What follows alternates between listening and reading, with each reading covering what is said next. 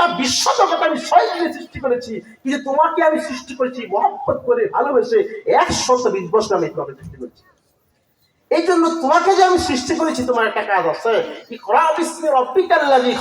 তুমি এমন একটা শিক্ষা অর্জন করবা যেই শিক্ষার মাধ্যমে আমি আল্লাহর পরিচয় লাভ করতে পারবো। সেই শিক্ষাটার নাম কি বলতে পারেন? আল কোরআন।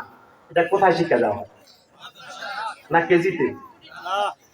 পাঠান কেজিতে 5 বছর পরে বেজি বানায় পাঠান। পাঠান কেজিতে 5 বছর পরে বানায় বেজি। সব কেজি একটা।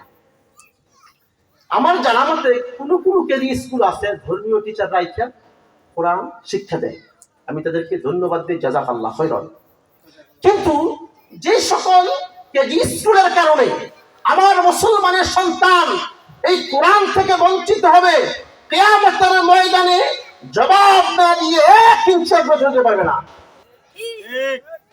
সাবধান, আল্লাহ সৃষ্টি করছেনই আপনাকে এটা বলার জন্য। আমার দুঃখ এই জায়গায় না। বাংলাদেশের আমার আজকের আলোচ্য বিষয় ইলমে দ্বীন কিংবা শিক্ষা ব্যবস্থা বলতে পারেন আপনি। বাংলাদেশের 3 ধারার শিক্ষা আছে, কওমি, আলিয়া, কলেজ, ইউনিভার্সিটি। এই 3টা ধারার শিক্ষা প্রতিষ্ঠান থেকে আমি গোলামের বাচ্চা, গোলাম, সর্বোচ্চ ডিগ্রি নিয়েছি আলহামদুলিল্লাহ। তো শিক্ষা প্রতিষ্ঠানের প্রতি আমি ব্যক্তির আক্রোশ নাই।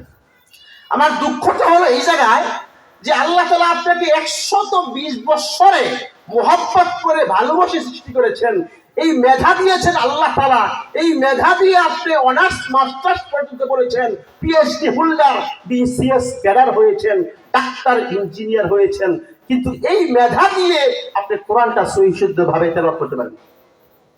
এদেশের হাজার হাজার লক্ষ লক্ষ যুবক যুবতী তারা ইংলিশ রিডিং পারে, অনর্গল কথা বলতে পারে, কিন্তু আল্লাহর কোরআনটা সহি শুদ্ধ ভাবে তেলাওয়াত করতে পারে না।